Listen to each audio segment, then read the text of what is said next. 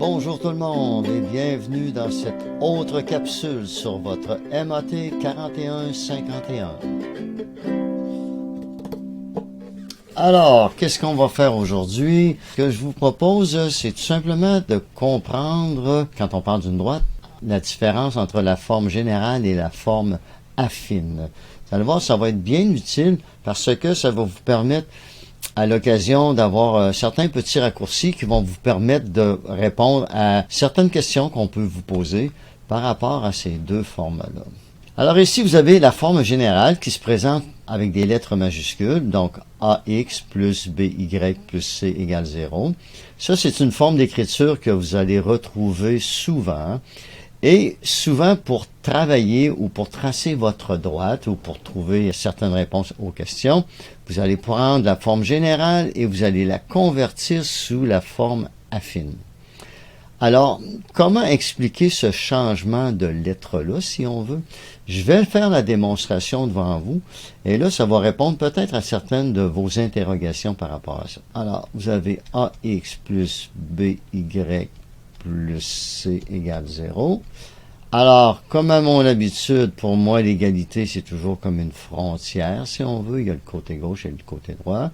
Si vous gardez le BY à gauche pour l'instant, et que vous prenez le terme AX ici, vous l'envoyez à droite, ça devient comme ça AX. Puis vous prenez votre paramètre C qui est là, vous l'envoyez à droite et ça devient moins C. Donc, on se retrouve avec BY égale moins AX moins C. Et si je veux isoler ma lettre Y, ben c'est comme je ferais avec un nombre. Ici, je prends le B et je l'envoie comme ça, divisé. Les deux termes, alors ça devient moins C sur B. Et là, qu'est-ce qui se passe en mathématiques? Eh bien, souvent, ce qu'on fait, on va prendre des lettres comme ça, des paramètres, et puis on va les changer. Et on va dire, moins A sur B va devenir la lettre A minuscule, comme ça. Donc, on va se retrouver avec Y est égal à AX.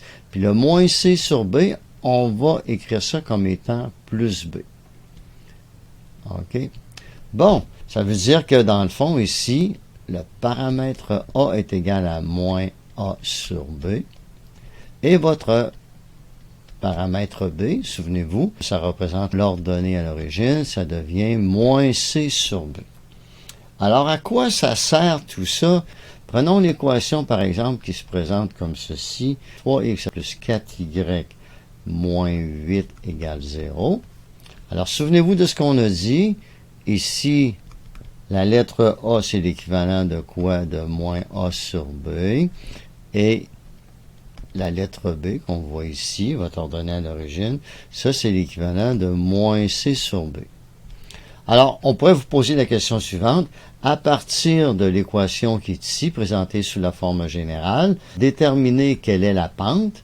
Alors, ici, on sait que la lettre A vaut 3, la lettre B vaut 4 et la lettre C vaut moins 8. Donc, la pente serait quoi ici? Eh bien, on applique tout simplement la formule. Ici, ça devient 3 avec le moins en avant, 4. Donc, votre pente est de 3/4. Et votre paramètre B, qui est l'ordonnée à l'origine, eh bien, ça devient moins 8, divisé par 4.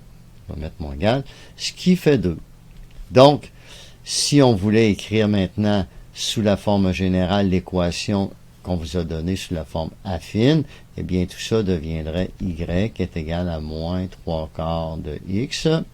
Comme ça, plus 2. Pourquoi on met plus 2? Parce que la réponse ici est positive. Et si on voulait tracer, par exemple, la droite dans un plan cartésien, très rapidement, vous avez ici l'axe des X, l'axe des Y.